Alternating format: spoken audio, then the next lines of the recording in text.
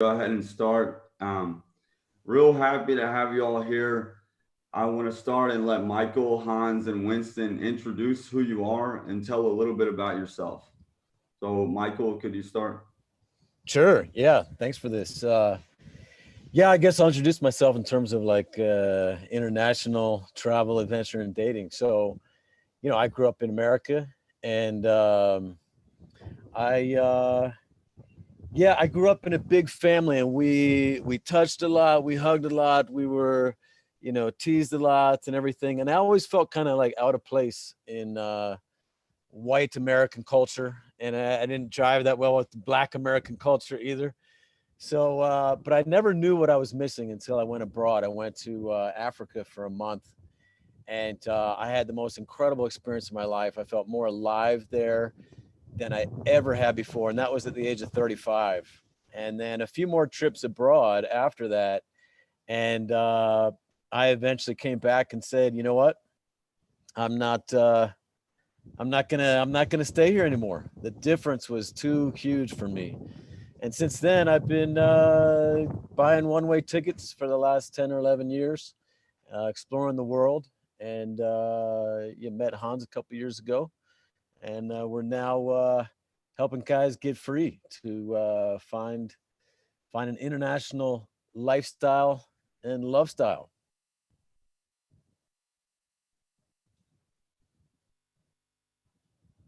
I can't hear your audio there, Andrew. That's Great. awesome. Um, okay, Hans, do you want to go next? Sure thing. Yes. Well, thanks for having us, Andrew. Yes, I'm Hans Coman. I was born in Belgium. I had a great, how would I say, safe career. I was schooled as an academic philosopher and sociologist, and I was on my way to become a professor by the 2005, 2006.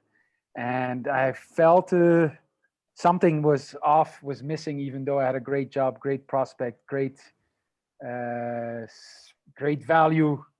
Everything was great and secure, but I was missing adventure, as it turned out later. I met Zan 2008, and I got an invitation for adventure and a romance into the world, chasing women, trying to understand relationships. And yeah, I gave up my academic career, traveled with Zan for 8 years.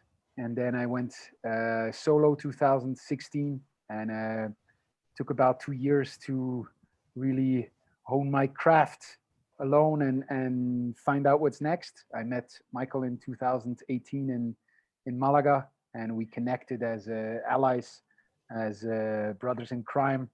And yeah, the past 2 years we've been traveling together on and off, and also like zeroing down on what it is that we could give to the world, what we're good at, what we love doing, and what could be our greatest gift. And we believe that with Secret Kingdoms, we stumbled upon something, or no, we found something that's very much needed, that we are very good at, and that we can gift to the world. So that's why we're here.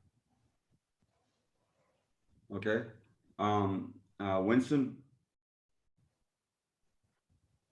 Yeah, my name is Winston, and I'm I'm also from the U.S. and yeah, I grew up in California, and yeah, I was never really happy there for some reason. I guess I didn't fit in or have a good social clique, or I never got much dates either, and I always thought the problem was me. So, but one day, like those other two guys, I went to Russia in like 2002. And then I realized that, oh, the problem can't be me, because in Russia, I can meet people so easily every day, just like you see in the movies. And I feel good about myself. I feel confident, no social anxiety. And, the women were just so different. They were just so feminine, so friendly, so open, so sociable, and very soulful. And I was shocked. I realized what I had been missing. And so I started going to Russia for 3 times. And then after my third trip, I went to the Philippines, and that's where I lived for another few years. And now I just live in different places on and off. But yeah, most of my time has been in Russia and the Philippines, and it just feels so natural and good to be abroad. I mean, it's not just lower cost of living. It's also because you feel better about yourself. Your self-esteem is better. There's more social connection. It's easier to meet people. It's easier to meet women, to date girls, to make friends with girls, and the whole process is just 1,000 times easier. And the thing is, nobody talks about this on the internet. I mean, not even the alternative media, not even any internet philosophers and travelers never talk about this too, because they try to always stay positive and pretend that everywhere is wonderful.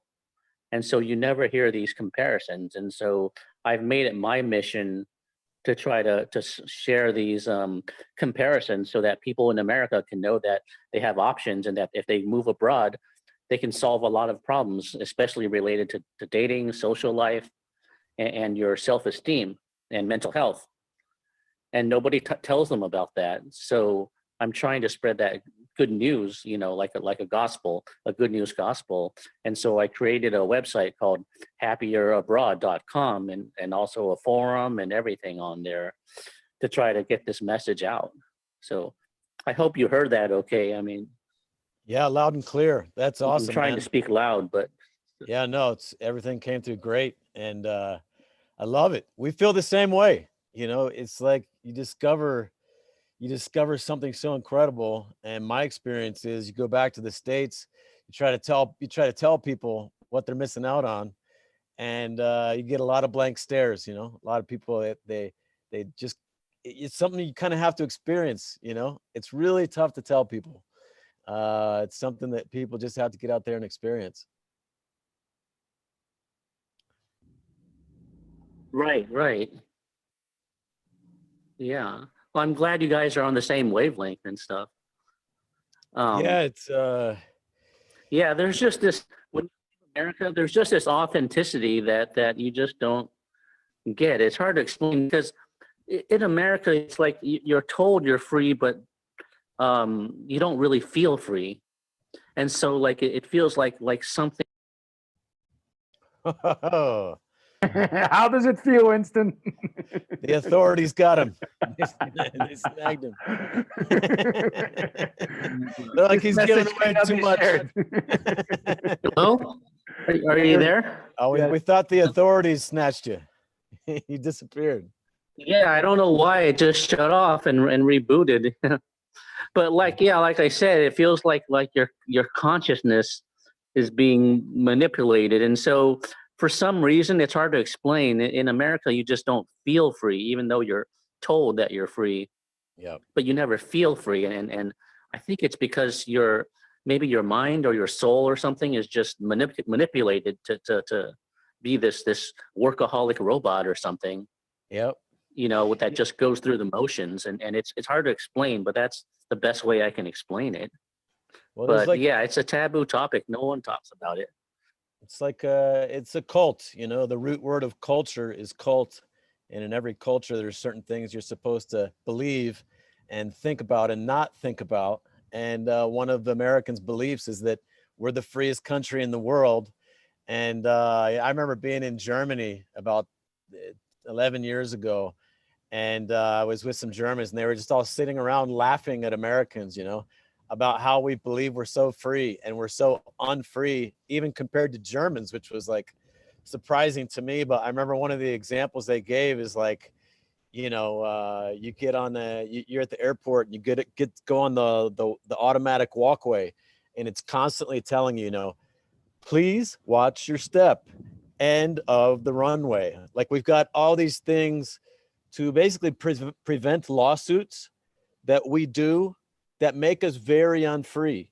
Like we don't a lot of times let the neighbors' kids on our property because we're afraid of a lawsuit. And there's so much we do just for the fear of lawsuits. Like, America is overrun with lawsuits, and that in a way takes away a lot of our freedoms.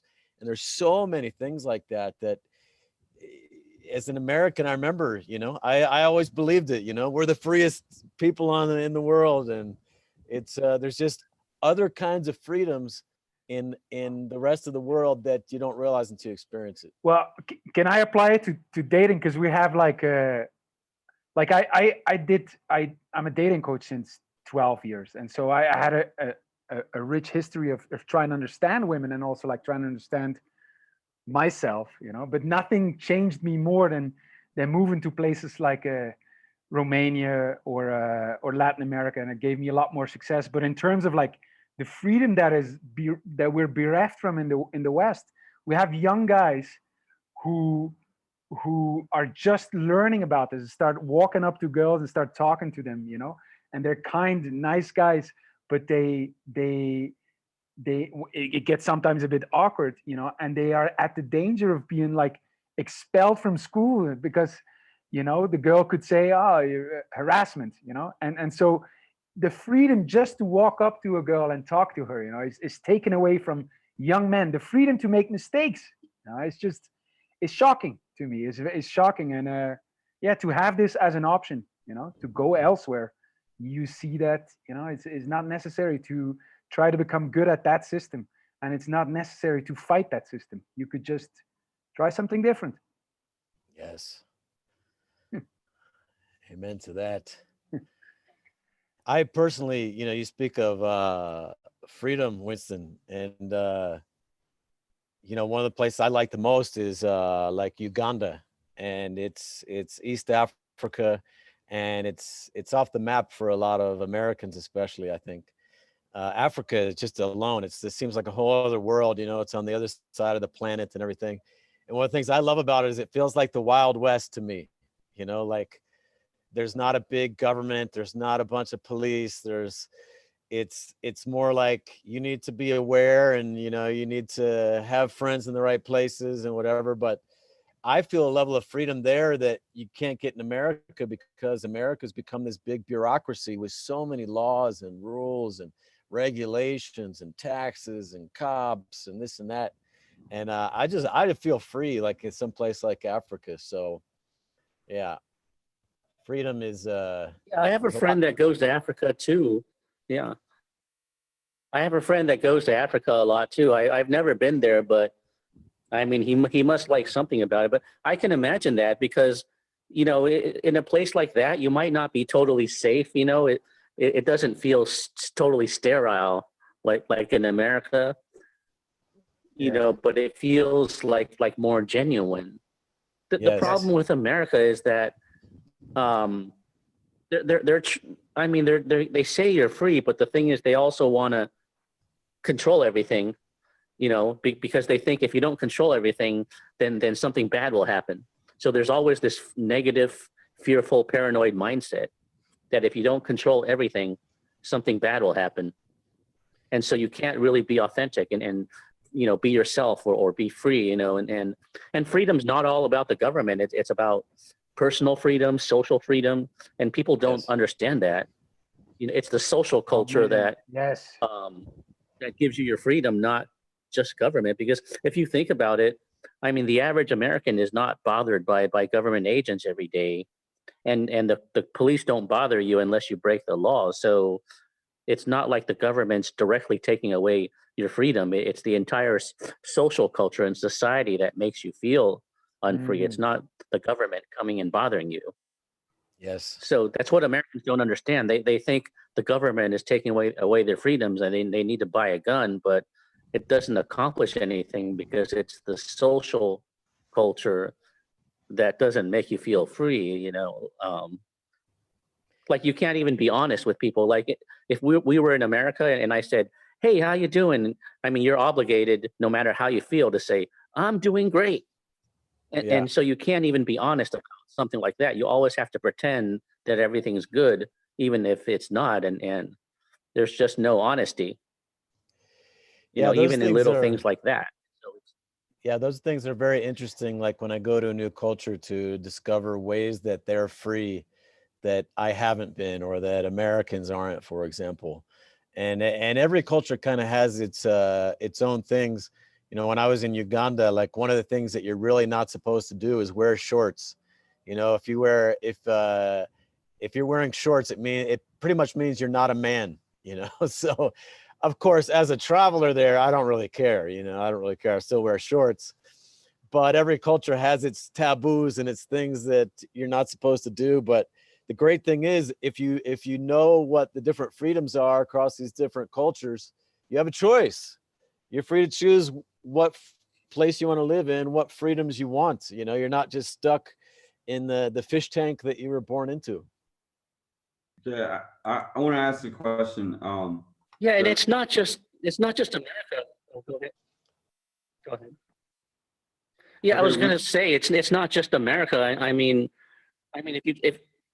if you take Japan for instance, in Japan, I think it's a democracy and the government doesn't bother people, but it doesn't feel free because the social culture is too uptight and strict about too many little things. So Japan never feels like a free country, even though it's a democracy.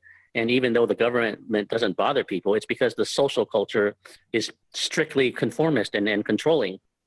So it's all about the social culture. And the US media never tells you this, that, you know, the real unfree countries are where the social culture is restrictive, like Japan. It's not China where you know, the government is a dictatorship. I mean, there are countries less free than China, but the US media is always attacking those kind of countries. Mhm. It's Yeah, interesting sorry you for say that. interrupting. Go ahead. It's interesting you say that because to me, Japan feels very free. And it's probably because I don't look Asian, you know. And as a Gaijin, you get freedoms there that the locals don't have. And when I go to Japan, I love it, and I feel very free. I feel like a rock star because exceptions are made for me because I'm not seen as Japanese. So yeah, I like Michael is saying, you know, it's I there's ways that countries are free and ways that they're unfree. And but yeah, to know that and to be able to compare and experience, you have the freedom of choice, you know, and that's what I think is so valuable in just experiencing something different, you know, like you went to Russia or you went to the Philippines, you know, and then you find things that where you feel free, you know, and yeah, or where you feel welcome. I think that's a very yeah, the freedom we gain by knowing the differences, by experiencing those different ways. I think that's the interesting part of it. I want to ask Michael and Winston.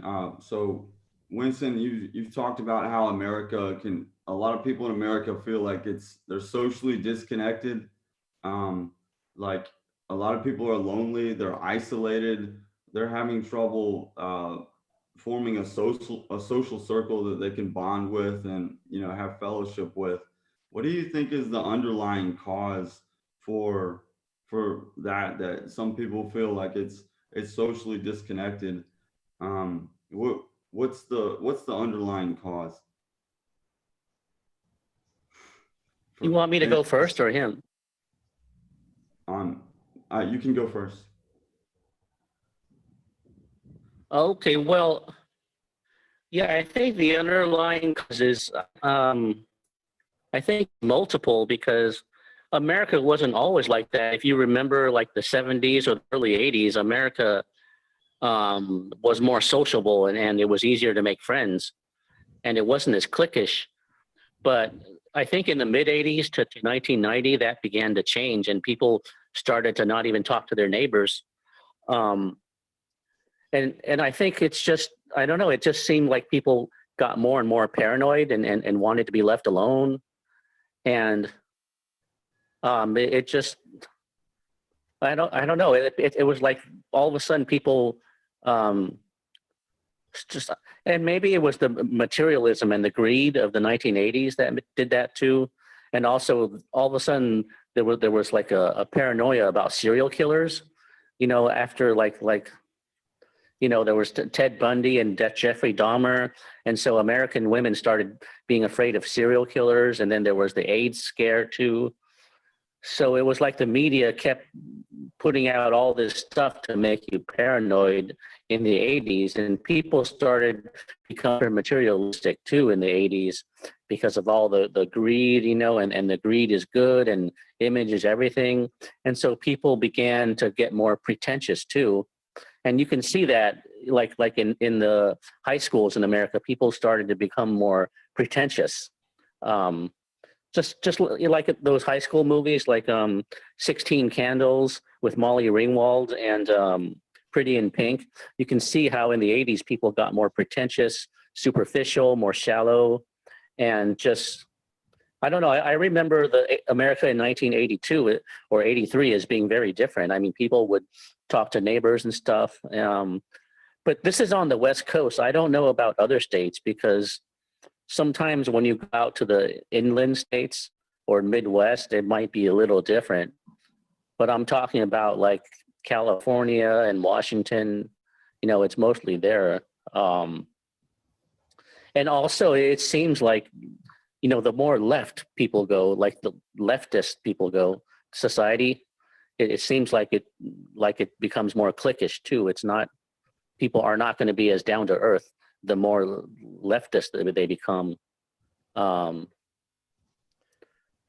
That's what I think too. There might be other intangible factors that you can't see, you know, like you know, there might be something in the food that changes people. Who knows? I mean, there could be a whole lot of others.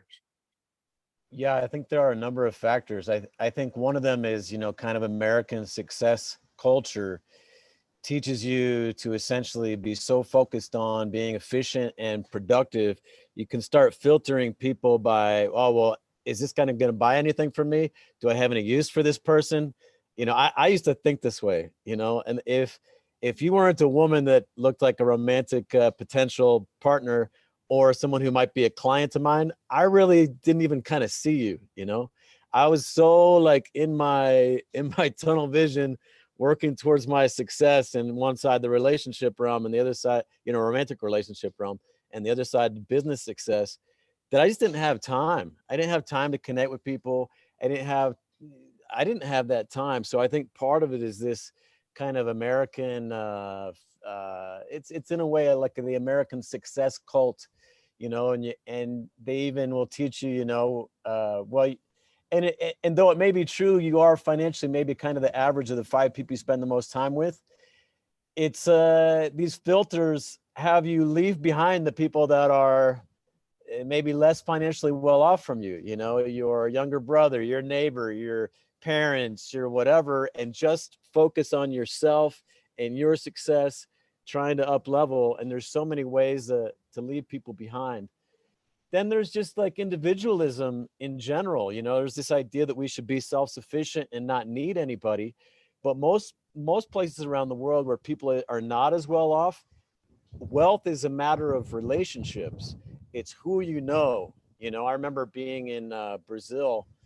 I was in a favela, and we're up on a hilltop. The favela is like the slums, and someone was telling me about like if a refrigerator needs to get carried up the side of the mountain to like someone's place on the side of the mountain, like there's no truck that's going to bring it. It's going to be a couple guys, your neighbors who haul it on their back up the mountain, you know.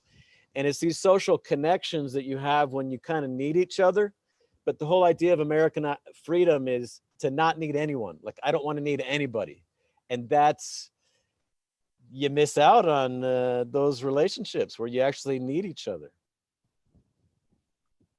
Right, because you're so focused on your own success and,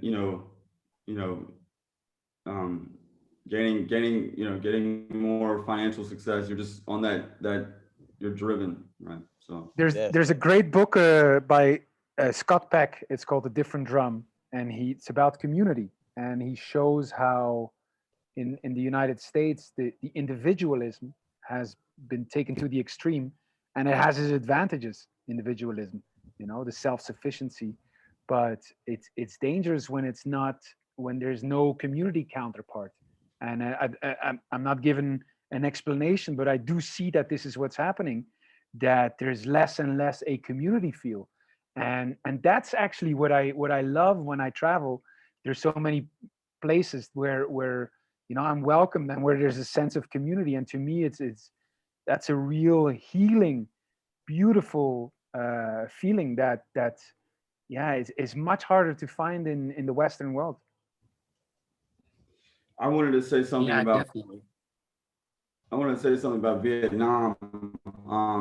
You know, in America, people are refusing to wear the masks. Here in Vietnam, no one would refuse. Absolutely no one. It's very socially cohesive here. If something bad were to happen here, everyone would come and help. I mean, this is how they feel about their country. They love it. They love Vietnam. They love their country. No one refused to wear the mask here because they viewed it as you know, this is something we all need to do. And you know, as you know, um, they're all about their, you know, their country.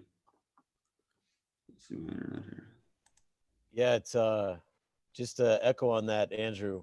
When I was in Uganda, you know, and it was explained to me like because I was a little bit curious. There's places where you look around, you see a bunch of sketchy characters and stuff. You're not sure if you're safe and whatever. And it was explained to me like if someone were to steal my wallet or something and go running down the street, there'd be like 20 guys who run after them, chase them and hold them until the cops get there. And they actually depend on that. Like there's just not enough cops to delegate the protection of your community to some force that's out there. You have to pull together and you have to take care of each other. And I actually saw this. I actually saw guys chasing down crooks and holding them by their belt, you know, until the cops got there. But when I realized that, I felt a certain sense of I don't know, peace or safety that it was interesting. I like it. I like the fact that, you know, if something happens, the community is going to stand up for you. And it's not, you know, because you could be like in New York City or something and someone will rob you and everyone's just going to stand and watch, you know, no one's going to jump in and do something, you know, everyone's just going to stand and watch.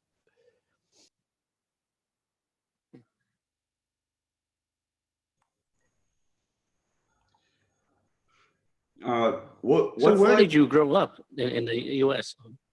Okay.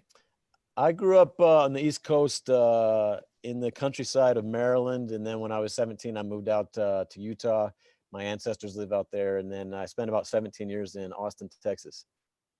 How about yourself? Oh, you said California, right? Yeah, the Bay Area near San Jose. Yeah. Okay. Andrew, what about you? I'm originally from Tennessee, and then I said I'm done with Tennessee, and you know I was looking for something different. I wanted to drive out to California, but I didn't go to California. I went to Las Vegas, and I lived there for 2 years.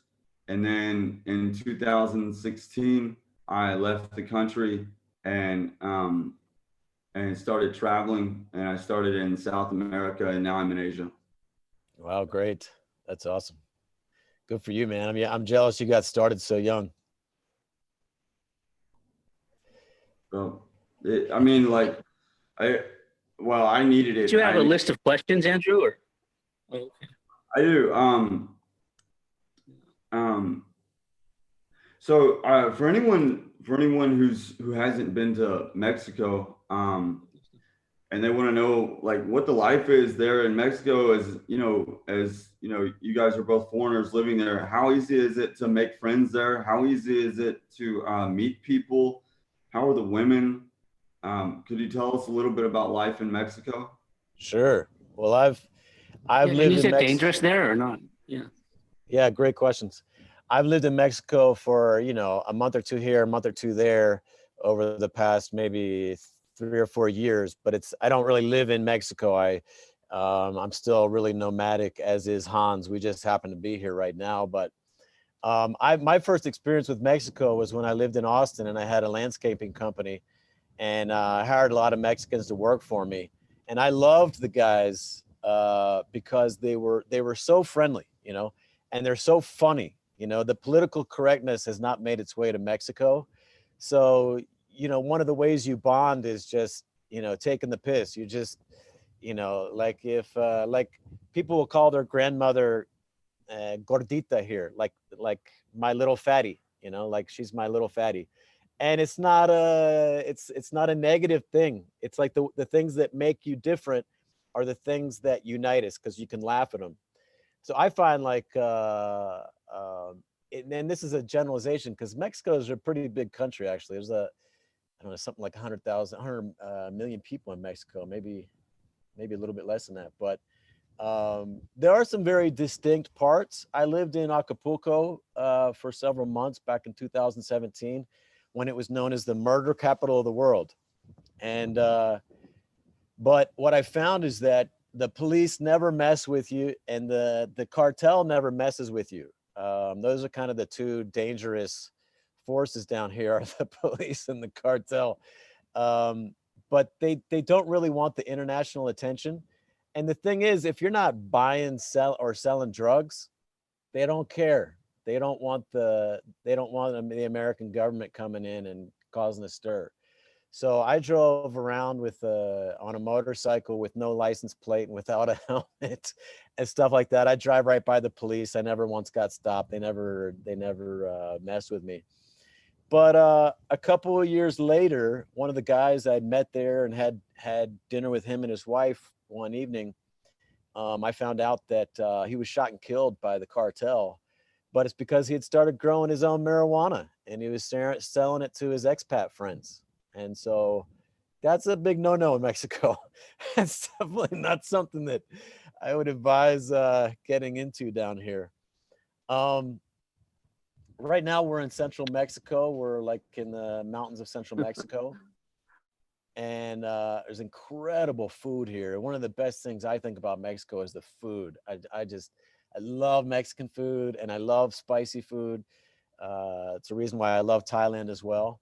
And yeah, the a lot of things happen here through relationships. You know, I find the people to be very warm and welcoming generally, but there's different. Yeah, there's different parts of Mexico. I don't know if I couldn't. I've been across the border into Mexico from Texas and California, and kind of like those party towns. I think there's a lot of danger in some of those areas, but and I've been down to Tulum and what is it, Cancun down there, and what's the other Playa del town? Carmen. Playa del Carmen. I don't really like it. It's hot. It's got nice beaches, but it's kind of like Cancun is very touristy, and then Tulum is like the hipster tourist spot, and everyone going down there and trying to look cool, and you're really overpaying for stuff, and it's oftentimes you don't get a genuine connection with the locals because you're seen as a tourist. Hans, what would you add to all that? Yeah, it's an influencer hub. No, my experience with Mexico is, well, my first experience was 2008, 9, and then I stayed in a bit in Playa 2010, and it was great back then. Now coming back to Tulum and Playa, it has changed a lot. Very touristic now, bit seedy. I didn't enjoy it either. But right now we're in a mountain area, and we usually don't say exactly where we are because of what we do. We don't want people to just come and just hang out. So, but it's this has been a revelation to me. You know, I never heard of this town until 2 months ago, and I after a month being here, it's one of my favorite cities in the world. The weather's perfect, the food is great, the prices are very low. I'm renting a studio, and it's like $150. It's ridiculous. Um, the people are very welcoming. Well, that's maybe courtesy of the people that we know, but I felt very welcome here. And I'm a cyclist too, and the nature here is so incredible. You know, yesterday I was crying on my bike how beautiful it was. You know, mountains and flats, and so I think, like Michael says, Mexico is huge. You know, but this city is seen as the safest city. To answer your question, Winston. So I've been here a month. Not once have I felt unsafe. In fact, I feel very, very safe. You know, and yeah, it's unlike Playa where yeah, the police robbed money from me, So, so, but yes, it's been a revelation and like a gift because I didn't see it coming, and I really Yeah, love it where we are. Yeah, I mean, that's a good point. Like you got robbed by the cops, Hans, coming out from the ATM. And there's definitely crime in Mexico, and Latin America in general. I think there's generally more crime than you might find in the States as far as like petty theft and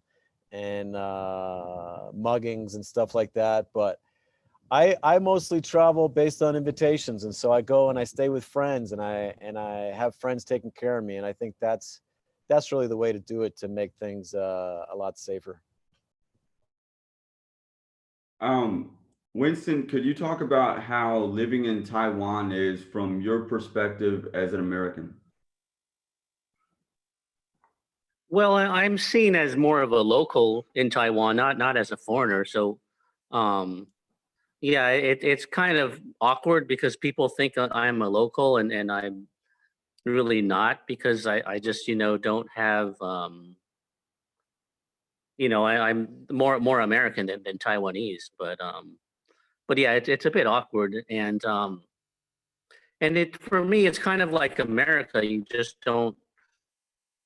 I mean, people just don't talk to you if you're a stranger unless you're introduced, and even if I am introduced, there's just not much to talk about because people just aren't very just people just don't have it much to say. There's not the I mean, people aren't like silly and playful like in Philippines or Southeast Asia or something. So yeah, I don't connect very well with Northeast Asians mostly, except maybe in China. In China, I do sort of um, have a little more positive experience. But the thing is, I'm not materialistic, or a workaholic, and I'm not that interested in making money or getting rich. So I just don't have a lot in common with Northeast Asians, and they're not very like into creativity and imagination and philosophy. So yeah, Northeast Asians and I just don't connect. That's why I don't have. I mean, I don't feel very connected with Japanese either, or Koreans, or Taiwanese or Hong Kongese. So yeah, that's my perspective on it. But I mean, some people do love it here. So it depends on the person, because different guys are going to say different things, depending on how they vibe with everyone. So if you ask somebody else, they might say something different, but it also depends on who you are too, and different people attract different things, and so I just don't get very good energy in Northeast Asia. I get in Southeast Asia, it's completely different. Like if I was in Vietnam or Cambodia or Thailand, I feel a lot more normal. Like I mean, I know people there are materialistic too, but they're more like silly, playful, flirtatious, So I feel more comfortable there because you can sort of like be yourself, Whereas in Northeast Asia, it's kind of like very serious. It's kind of like America, really serious, and like all business. That's the term I was looking for. It's all business. Like you don't talk to a stranger unless there's a reason, like a business reason. Otherwise, you're supposed to leave people alone. There's that kind of mentality. So it's not just America. I have the same problems in Northeast Asia too. So Yeah, it's interesting but you yeah, say that. Southeast Asia, where you're at, in Vietnam, I heard is very different. In Southeast Asia is completely different, though.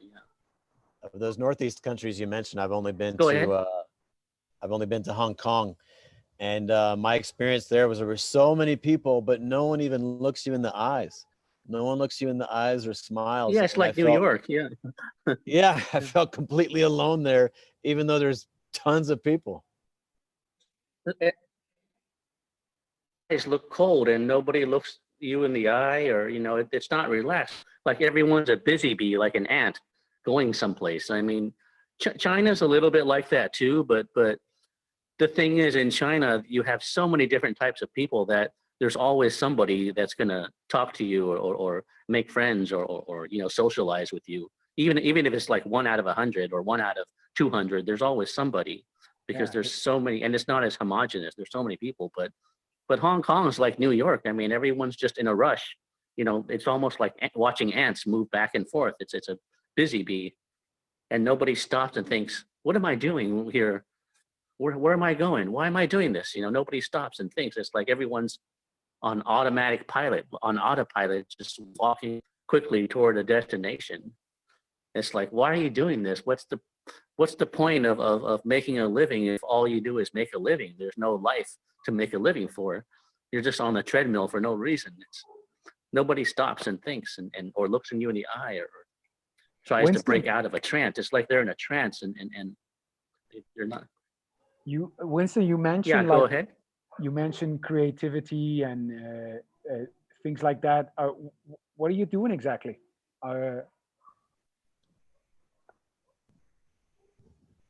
Oh, you mean what I do, or? Yeah.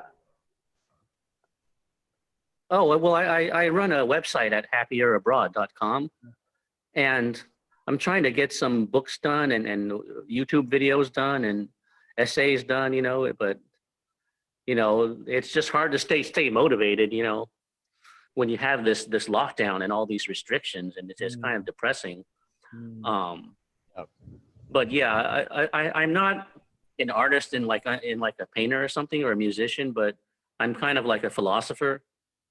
So I study like religion, esoteric stuff, spirituality, philosophy, and some other esoteric branches like Gnosticism and Theosophy and stuff. So yeah, I'm on sort of a spiritual path too, and I like to debate things like philosophy, like, you know, religion, you know, like, and stuff. You know, So I think some of yeah, these. I am. Go Sorry, ahead. we have a little bit of a delay here, so we keep interrupting each other.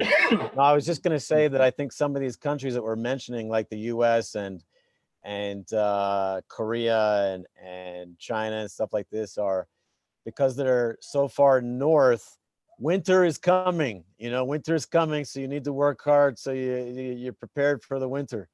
But the more you go towards the equator, I think generally Yeah. people, they just have this sense that, oh yeah, I can fish tomorrow. Food is always growing year round. Like, it's just more of a relaxed atmosphere. Yeah.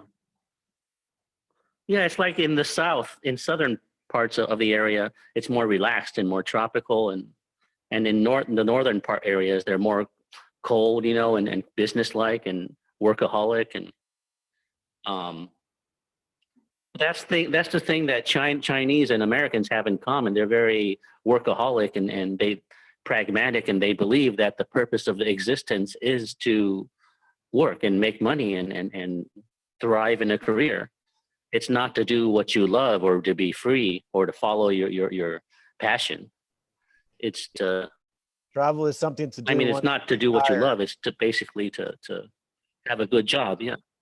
Yeah, travel is something to do once you retire if you're not already dead by that point. Yeah. I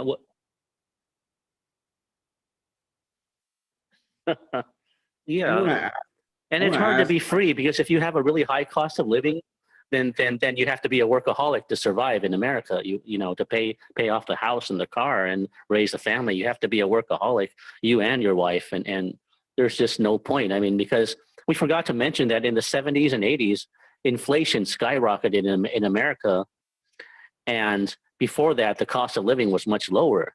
So if you have a really high cost of living where everything costs an arm and a leg, you know, even to call a plumber costs an arm and a leg, then you have to be a workaholic, which takes away all your freedom. So you don't have any real freedom.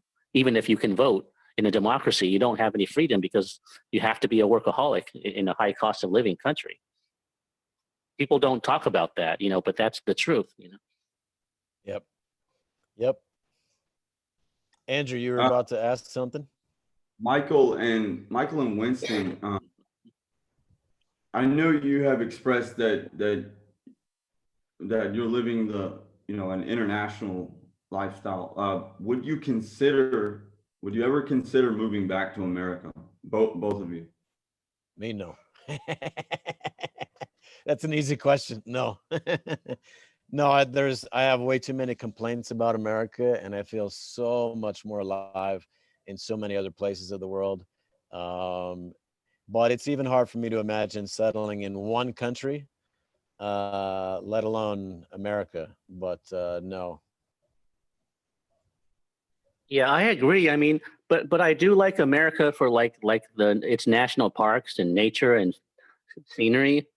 You know, like I like doing road trips around Utah and Arizona because the nature is so beautiful, and so I will go on a road trip for a few months, or like around Utah or Colorado or Arizona or New Mexico, and you know, you there's a lot of free places you can camp and go hiking, and you know, it's really gorgeous, the hiking and the landscapes, you know, but not to live permanently, you know. But I do like doing road trips in America because it's really beautiful in terms of nature, just not in terms of culture. Yeah, I go back to visit family basically, and sometimes friends. That's about it. Otherwise, I probably wouldn't be there. That's so interesting, Michael, that you said that you feel more alive. Because Winston also said the exact same thing. He used the word alive. I heard you say that in an interview. So I think that's very interesting. That you feel more alive outside of America. Okay. I I think do also. I feel that way also. I think part of it is that when you're someplace else, you don't you don't assume that you understand everything around you. You're not sure why someone says something. You're not sure how things work. You're not sure about a lot of things. So you have to be curious. You're like in a state of awareness and curiosity and intrigue. And the people are like that around you as well. They're like, who is this strange looking guy coming to my town? And what's he doing? And so you get to meet in that interesting, alive place of the unknown much more of the time. I think that's a big part of it. Yeah, for some reason you do feel alive more in countries that have social connection. I don't know why I felt that way in the Philippines all the time. Um, and I don't know if you guys remember the great mythologist Joseph Campbell. He had a quote saying um, that what people really want is not meaning, but the rapture of being alive. And that's a really good quote by Joseph Campbell. That's what real people really need deep down, is it's the rapture of feeling alive. It's not just looking for meaning. But in America, you don't have that because you feel like you're just going through the motions without feeling alive or any true joy or authenticity. You're just pretending and going through the motions. You know, your heart's not really there, you know. Yeah, and It's hard to explain. the mode of life is also it's very much about planning for the future, and it's far less about enjoying the moment and enjoying relationships.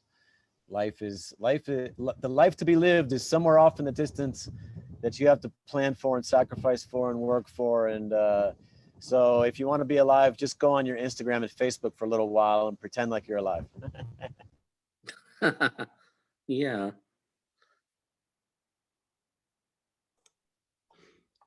I wanted to ask another question. This is about this is a touchy subject. Um, can you hear me? Yeah, I can hear you fine. Okay. A lot of American men have expressed dissatisfaction with American women. Let's be real honest about this. What do you think the underlying issue is with American women that causes American men to seek out foreign women in other countries? Oh man, this is gonna have to be like a multi hour conversation here. That'll take hours to go No, into. I Yeah. think you know the guy, the guy who introduced me to the Latino world, he expressed it this way. He said that, you know, American women are great business women. They're great women to go into business to. but they're going to be like that in relationship. They're going to try to negotiate their way into a relationship agreement with you, and everything's a negotiation. Whereas like a Latina, she's more likely just to like love you so much with her cooking, with her touch, with how she dresses up, with everything, that you just never want to leave, because she just makes it, she just makes you feel so great that you never want to leave. Whereas the American woman, it's much more of a business deal. And I found that to map on pretty well. That really resonates with me. That's one of many factors that yeah, has me not even interested for the most part in relationship with American women. I'll tell you what I saw as the biggest difference between, this must be a generalization, but you know, the difference between Western women and non-Western women, or the women I feel very attracted to and the ones I'm not. And the difference is a sense of entitlement or lack thereof. And what I've noticed is Western women have way more a sense of entitlement, meaning they feel that just because they are a woman, they are entitled to success in romance. They're entitled to success in romance, and it's the man's job to give it to them. And so the whole dating scene has one that looks very much as if the guy is applying for the job of boyfriend, you know? And so, like Michael says, it's very transactional. But the main thing about that is that the women are not, in my experience, they're not playing along in the dance that is seduction and that's necessary for a relationship to be a success. They're not playing along, like Winston was calling the playfulness that he resonates with.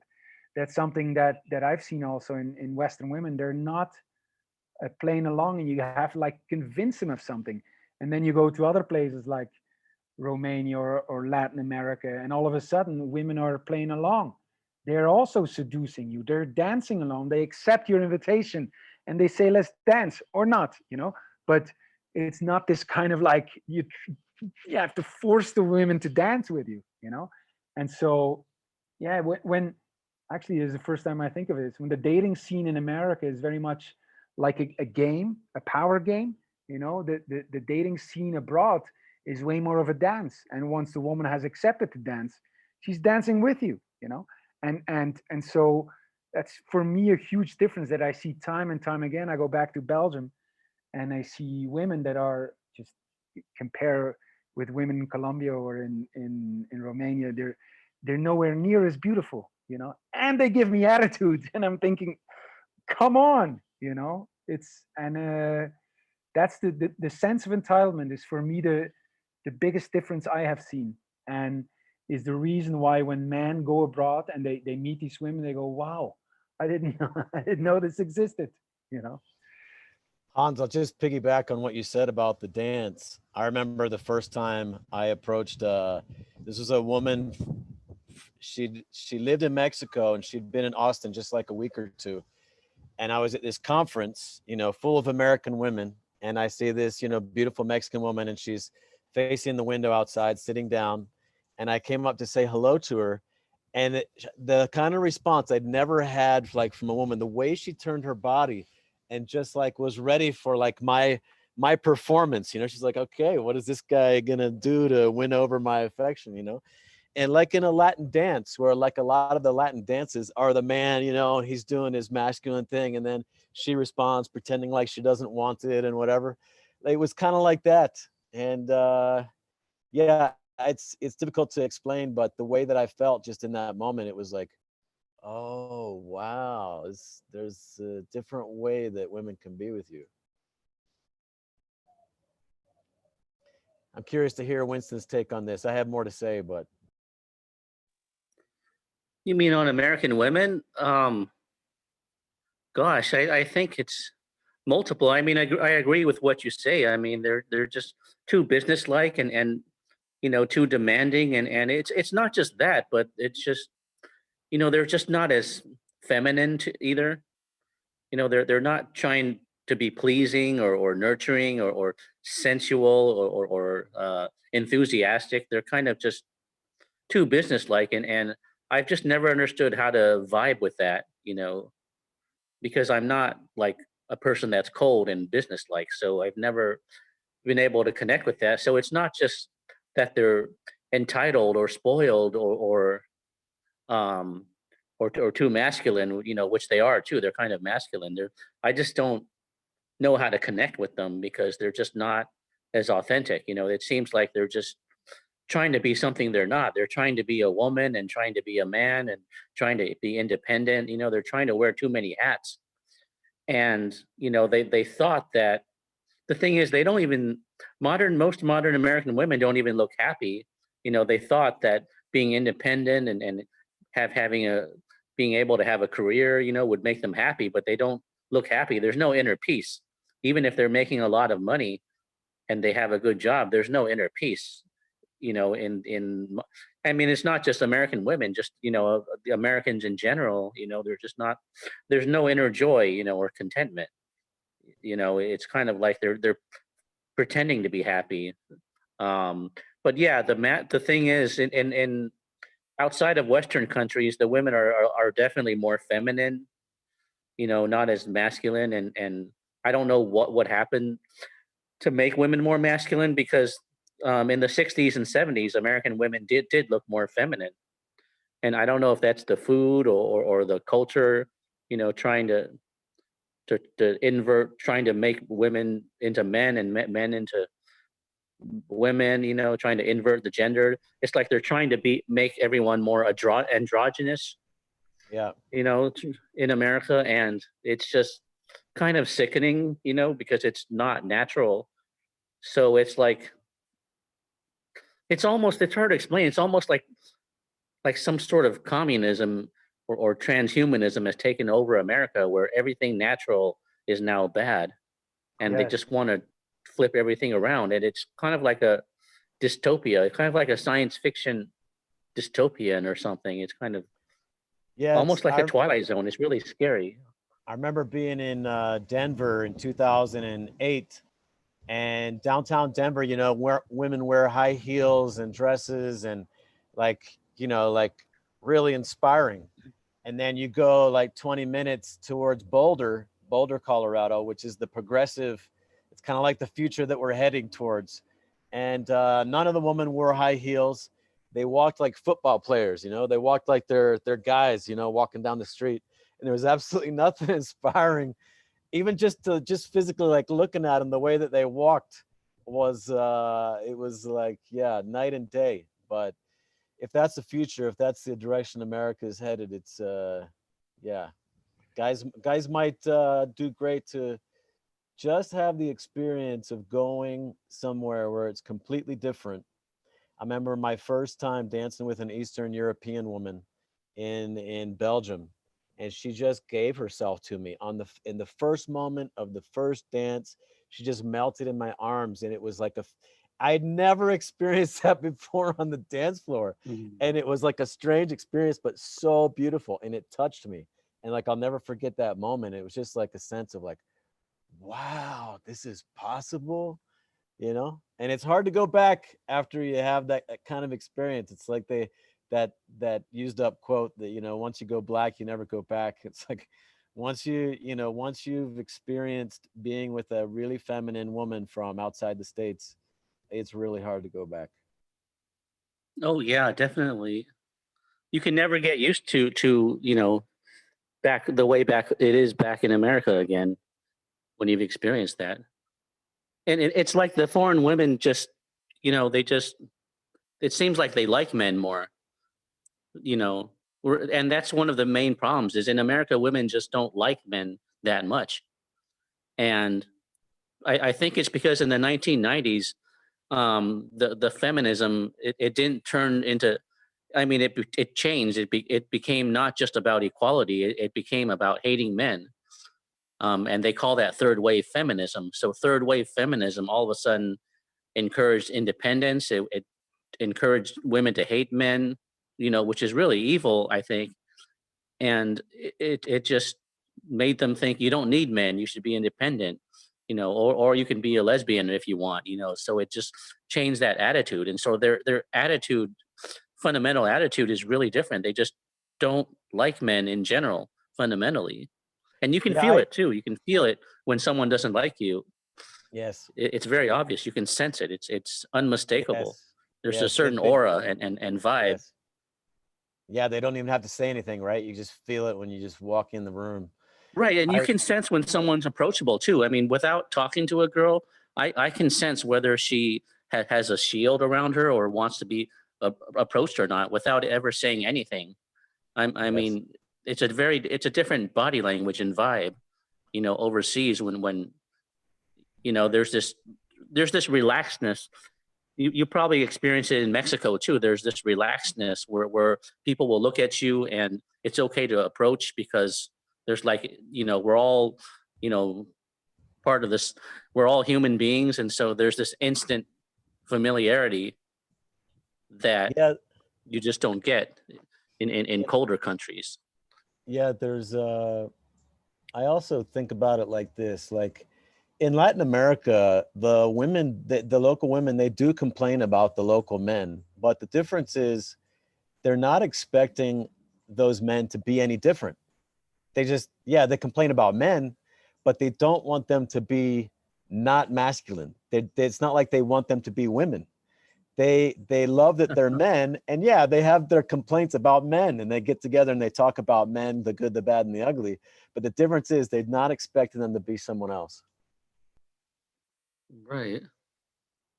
I was in Kenya in 2014, and there were a couple of backpacking Canadian girls who didn't have a place. This was late at night, so I invited them to come and stay in one of the extra rooms in the place I was in, and we got to talking late that night, and they were expressing they were really righteous about this too, that they felt like a guy approaching a girl was basically rape. and I started to defend guys approaching girls, and their attitude was like, you're defending rape, be careful what you say. And I couldn't believe it. And I was like, man, is this what's going on back in North America in the time I've been gone? I was like, wow. Yeah, that's like brainwashing. I mean, I'm sure for thousands of years it was okay to flirt or to talk to people, because for example, in Russia, I mean, if I approach girls every day and they're not interested, they'll just tell you, no, I'm not interested, but they don't treat it like a crime, like you've transgressed. They'll just say, I'm not interested, thank you, and that's all. It doesn't feel like you Mhm. violated something, Exactly. some rule. Even in China, I mean, flirting is not part of Chinese culture, but nobody's gonna like call the security guard and report you for sexual harassment over it. I mean, that's just really artificially conditioned. I mean, that's not natural, you Yeah, and know. it's Well, it's certainly getting worse. with Joe Biden taking office this next year, there's likely to be a lot more feminism being shoved down men's throats. So yeah, for guys listening to this, there's options. There's ways out. There's other places. There's hope.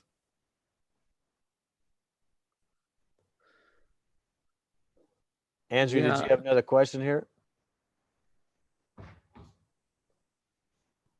There he is. Yes. Okay. Okay. So I wanted to ask all of you, what is an unforget? Can you hear me? yeah, I can hear you. Is no delay? Okay. What is an unforgettable experience you had while traveling that changed you for the better? Something that changed your heart, your soul, your spirit, like a huge moment. Um, just something that really, really kind of, made you changed you, made you a better person.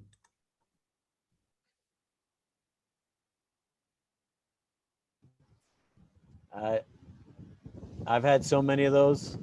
I've shared briefly a few of them, but I'll share one. There was a moment I was in the northern Argentina, up in the mountains, in this small indigenous town, and I was out for a hike along this trail, and I came upon this little boy, and he had these. I was eating this tangerine, and I was peeling it, and he came up, and I didn't speak much Spanish at the time, but I could tell he wanted, he wanted a piece of my fruit, and there was no hesitancy in him. He just came right up to me like I was a friend, like he knew me, and I gave him some fruit, and he started talking. He's like, "Come here, and we walked a little further down the trail, and he was like 5 years old, by the way.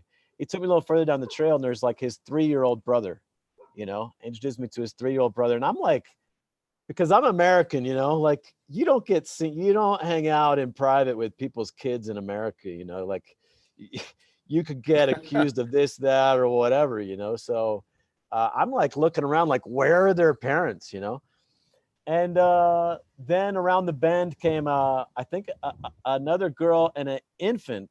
She was holding an infant. She must have been like 8, and then with the infant, I'm not sure if they're all the same family or whatever, but they're just really friendly with me. And then little Eric, the little 5-year-old I met, he wants me to climb up this cliff with him, like right on the side of the path. And I'm like, man, I definitely have all my American stuff going on. Like, I should not be connecting too much with this little boy. I should not wander off with him. If something happens to him, maybe I'll get sued. I'll get, like I got all my American stuff going on. But I was also aware of like my American shit, and so I was like, fuck this, I'm gonna go with him. He wants to climb the cliff, let's climb the cliff. So we climb up to the top, and he's showing me these different plants, and he's showing me this and that, and like we're friends. And he ends up going down the cliff and saying goodbye, and they go on their way. And it was just a moment to me that I thought, like, it was really clear to me, like the filter between me connecting with other people, like that's in me, and that was embedded by my culture. And I almost didn't share this really beautiful moment with this little boy because of all that stuff, and I began watching out for it more and more. When is my filter getting in the way of just an authentic connection with somebody? There've been so many of those moments, but just wanted to share one. I had a moment exactly like that yesterday, biking off and into the mountains and villages where Zapoteca, the indigenous Mexicans, they don't even speak Spanish. The kids don't speak Spanish. They speak their own language. And you come into a village with a bike, and you see the kids watching, and I'm a guerro. I'm a white skin. And you see the girls like really like, and the boys, and they want to, they're so fascinated, and then they're also a little afraid to come close. Just that experience is incredible. And I would say the fact that I started traveling to realize, wow, there's different things out there in the world. That to me was so eye-opening, and yeah, coming to some kind of peace. The thing that first came to mind when you said that, Andrew, I don't know if this, but I remember being in Japan, and I had a Japanese girlfriend, and she didn't speak English, and I didn't speak Japanese. And I remember waking up, and she's at my desk, and she's repairing my pants. And it was it sounds stupid, but the of course she was doing this, like the self, like it was so normal for her to do that, but for me to wake up and see that she would do that, that there are women out there who are not afraid to just do that, and just want to please me, make me happy, for no other reason that makes her happy. It was very emotional to me, and it's stupid maybe to other people, but that really like showed me like there's a different femininity out there, and yeah, that was heartbreaking to me. And made me a better man, I would say, because that's the women. I felt like a man because of it, and I knew what kind of man I want to be for women, and for what kind of women I want to be that man. So something like that, and the memory of that for sure makes me a better man. Yeah, I would I've had a lot of those experiences too, but I think the most memorable for me was in 2002 when I first went to Russia. I was pretty surprised. It was like for the first time in my whole life, I felt no social anxiety, no shyness. And so I thought it was me. I thought, oh, I'm just an introvert and maybe I'm shy or something, or maybe I have autism or whatever, or social anxiety or whatever. But all of a sudden, I felt no social anxiety, no shyness. I felt like I could be outgoing and it would fit the flow. It didn't feel awkward. And then a couple of guys from my hostel took me out on a tour around St. Petersburg, Russia. And in a museum, a girl approached me and started talking to me out of nowhere. And she looked like Laura Croft from Tomb Raider. And I was surprised. I even videoed it, so I have a video of it too, where we made eye contact and talked to each other, and and so I got her number and started trying to date her after that. I was pretty surprised because I thought that only happened in movies. I mean, in America, that would never happen to just walk into a museum and make eye contact with a girl and then start talking to her. I mean, that doesn't happen in America, at least not for me.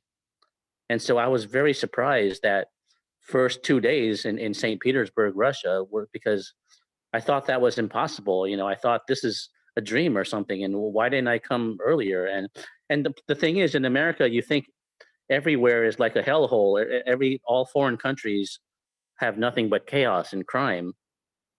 You don't know that they're more friendly and authentic because you don't see that in the movies. That other countries are friendlier. So that was very eye opening to me. I mean, it was almost like being born again. It was very transformative. It's kind of like a Christian telling you, about his born again experience. It's like, beyond words. It's hard um, it's hard to put into words. It's like you're born again. You're transformed again. You never see life the same way again. And unfortunately, after that, you can never readjust back to America again and get used to it either, because you know that there's a better choice. And it was just very, very surreal, that first trip in Russia, because for the first time, no social anxiety, no shyness. I could feel like an extrovert or outgoing, and it was all natural. And I really wish I could go to America and talk to the Psychiatric Association and tell them all this and saying, hey, you shouldn't tell people to take drugs or antidepressants. Why not tell them to go overseas to a friendlier country? Then they wouldn't have social anxiety anymore. But Yeah, that's not profitable. That's not profitable. So they're never going to tell you that. I mean, yeah. the mental health industry in America. So, I but feel I really wish I could do a TED talk and tell that. But it'd probably be censored if I talked about it. It's just, Well, I feel really passionate about that point. That is one of the things about American culture, is that there's all this focus on self-improvement and self-development and self-help. The idea is like, if you're not happy in America, which is quote unquote the freest country in the world and the best country in the world and the richest country in the world, and all this, if you're not happy here, then something's wrong with you. And you need to take a pill, you need to take a course, you need to see a psychiatrist, you need to take a seminar, all this kind of stuff. It's like, wait a second. Maybe there is something fucked up about the culture. Maybe there is. And what if, or at least maybe this is simply not the culture where I'm going to feel the most alive, the most free, the most happy, the most self-expressed. And why not try a different environment, a different place. I've had several times in my life, I tell this story a lot, but when I was 17, my mom had already been like at war with my dad for a few years. She was raging against the patriarchy in all its forms, from God to her father, to my father, to, everything. And I was the oldest male in the house. And I finally broke free, and I left at 17 and I went out west. And I was part of a minority religion, and it was very minority back east, but out in Utah, where everyone was Mormon, because that's the religion I was raised in. The first day of school, the first class of school, everyone's talking about what we did in church yesterday. It's like, wait a second, what? Like I'm on the insider now? Like I'm, all of a sudden I was an insider immediately instead of an outsider. First day of lunch, the head cheerleader, I get my tray to go sit down by myself at the lunch table as usual. And then the head cheerleader comes over and all the female cheerleaders, and they all want to talk to the new kid from the East Coast, So like I was instantly like popular and stuff like this. And I didn't change me. I just changed my location and everything changed. I came alive and everything changed. And so like I had that experience early on. It wasn't by going to a different country, but it was simply making a change in location. And sometimes that's all it takes. Yeah, I wonder why the self-improvement industry never talks about changing location.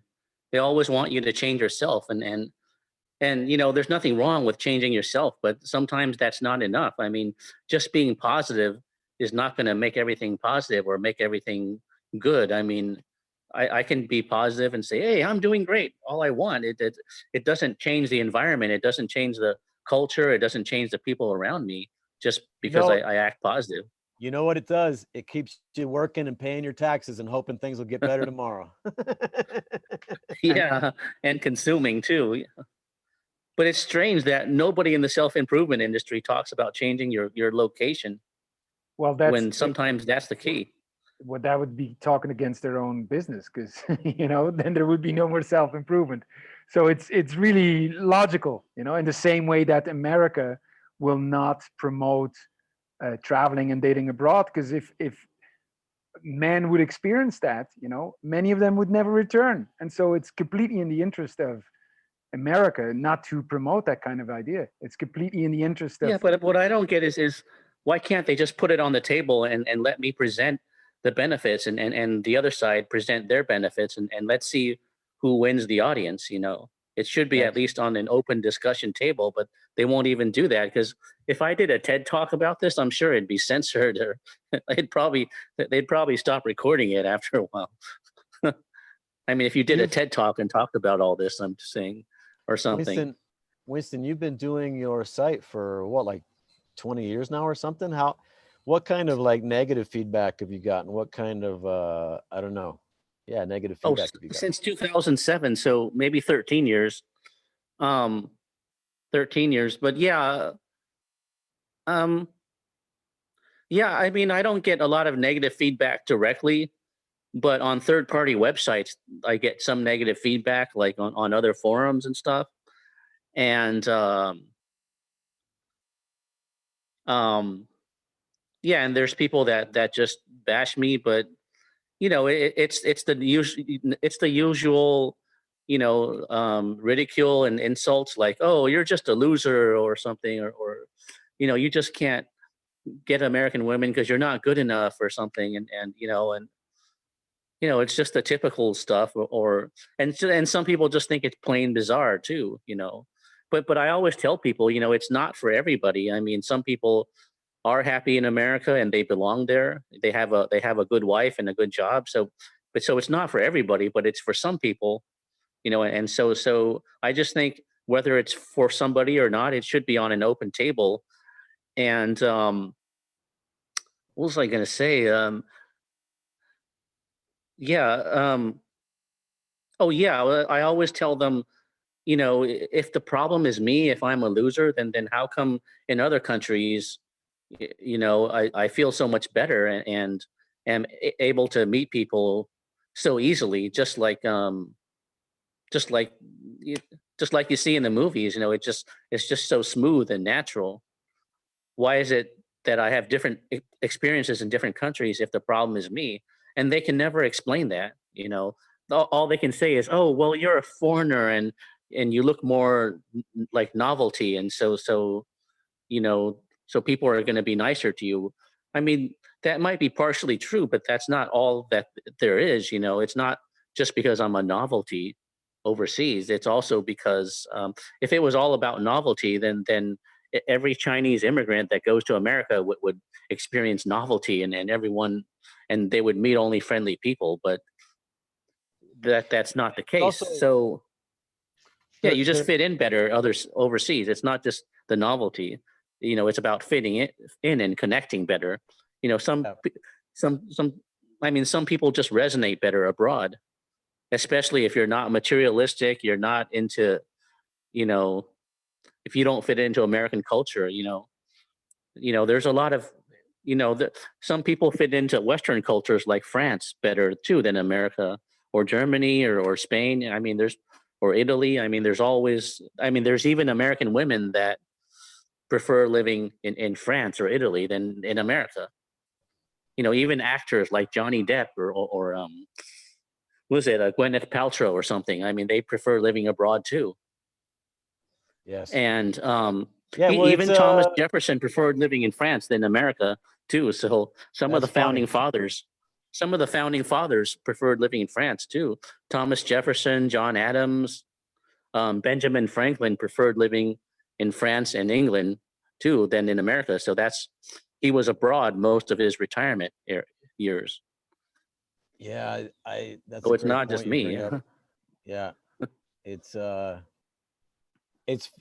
I think a lot of this can be explained by just thinking of culture as a cult. A culture is designed to shame certain thoughts and behaviors and to honor others so that it keeps things the same. It keeps the power structure in place. It keeps the people that are benefiting, continuing to benefit. And it keeps people who are not happy there from questioning why they're going along with the BS, And so if people are not happy, thrilled, fully alive, excited about the women in America or any place that they find themselves, it's in their best interest to dare to question these excuses they have for not traveling abroad. Oh, this is only for losers. Oh, this is that. This is all this. This is the mental prison that's keeping them trapped and putting up with bullshit that they complain about, but don't do anything about. And to me, that's kind of being a loser, If you just stay and complain and you don't do anything about it and you make excuses for not doing anything about it, that's being a loser. So, something to think about. Yeah, I'd agree with that. Yeah, it's just that there's so few people talking about this, very few people. Even on YouTube, very few people are talking about this. That's, Andrew is one of I don't know if you guys have made any YouTube videos, but, Andrew's made a couple, about why you should get out of America. I've made a couple, but, it's not enough. We need to get more. I mean, we need to make a lot more of these because, I feel like there's a big movement coming. I think it's going to happen. I think just like you're seeing a huge influx of immigration into the States and Europe, you're going to see a huge outflux the other directions by guys who wake up and say, you know what? Life is better in other places. I don't have to sit here as things get worse and worse and worse for me. And I don't have to sit there and take it, Why live in a country where men are no longer honored and respected, but expected to apologize for their existence and for all the problems in history and on the planet? The patriarchy, like everything with wrong with the world is men's fault, It's not, you don't have to put up with that. And I feel like there's going to be a huge exodus in the coming years. And I'm excited to be a part of it. I'm excited to be to be meeting you guys and to add our voices to what you guys are up to. Yeah, I heard there are more American expats now than before. Supposedly there's like 5 million or something. But the thing is, most American expats, they don't write or blog about their experiences. They're very concerned with privacy. Yeah. So they won't even put up a YouTube video about their life abroad. I mean, most expats are very privacy oriented. So I can't get them on an interview or something. It's hard to find somebody. Yeah, most people, I think, there are a lot of secrets. There are secrets about, like, if I'm in Kenya and I'm experiencing, like, there's a lot of things that I'm inclined not to talk about. One, because I don't want a bunch of other Westerners showing up and kind of ruining the scene. Two, because I don't want to offend the local people. Like, there's some things I would like to share with the guys back home that's like, hey, watch out for this, watch out for that. Here's the dark side, here's the negative side. Like, there's a lot of things that it makes sense why people don't share it. But that's part of what Hans and I are up to is, and one of the things we're sharing with our community is we're capturing some private interviews where people don't share their face, they don't share their name, and we can have a real conversation with them, maybe over a whiskey or whatever. Like, I'm sure conversations, Winston, that happen, and Andrew, like with guys over a drink at the bar, where you're like, man, can you believe that things are like this over here, and what everyone else is missing out on back home? And there are a lot of things that people simply won't share if it's gonna be put online for the world to see. No one wants that level of shaming and whatever that can happen. Yeah, especially if you're like in Pattaya or Bangkok or Angeles City, Philippines. I mean, in a huge red light district. I mean, everybody wants that kept confidential. Right. Right. Yes. But I was gonna say, there's little things too, like you never realize. For example, you know how in America, if you stay home on a Friday night or Saturday night, people think you're some loser or nerd. I mean, in other countries, nobody thinks like that. If you're at a restaurant alone, people don't think you're a loser or something, or at the movies alone. People don't look at you and judge you and think, oh, there's something wrong with you. You look like a loser. In America, I mean, it looks bad to go to a movie alone or be in a restaurant alone. It looks like, I mean, nobody does it because it looks bad. There's so many negative stigmas. And if you have friends and they'll all expect that if you're cool, you're going to be doing something fun on Friday night or Saturday night. So Yeah. there's so many ways people judge you in America all the time that Yeah, they and don't overseas. I think we're also more present to the stigma that comes from our home country where we grew up, and I think there's a lot of stigmas that people might have in other countries that don't affect you. Like when I'm in Uganda and I'm wearing shorts and people look at me funny, I don't care. Like I don't care. It doesn't affect me. But if I grew up there, it would probably affect me more. But yeah, and also there's a lot of, like, I think about friends back home in the States, like my brother living out in the countryside in Texas, and he's single again now. And there's not really single lady options around there. And there's not many single people around. There's not many options. But you go to a lot of different places on the planet where there's tons of single people and there's tons of international people, and the dating scenes are completely different. And yeah. So I'm a huge fan of, like, you don't even have to move abroad necessarily, but if you can establish kind of a home away from home in a place where you really have magic with the women, you feel much more alive, and you feel like you're welcome back anytime, and you can go back as often as you want. That's what we talk about with this idea of having a secret kingdom. Like, you don't need to decide to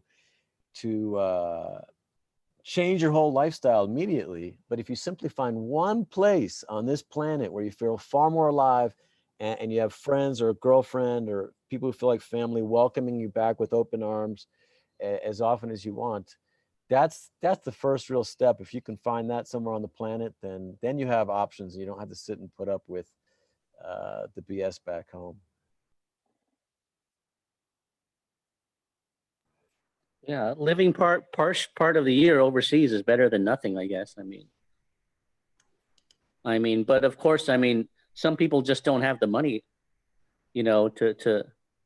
to move abroad, and even if they want to, some people can't afford it, and so they either have to teach English or something like that, or they have to save up money for a few years. I think if guys, if I think because a lot of us are so lonely and isolated in the States that we buy a lot of crap, and we sign up for monthly services that fill our numbness. And if we would cancel all those extra monthly things and sell all that crap that we bought to feel maybe less isolated, we might have a travel fund just right there that could last a while. And then go find some place overseas where the cost of living is far cheaper. And yeah. And Mexico's pretty close too. It's easy to get there.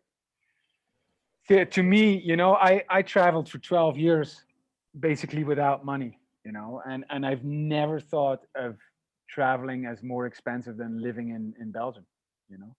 It's just if you want to live in Belgium and then go on vacations, you know, that's expensive.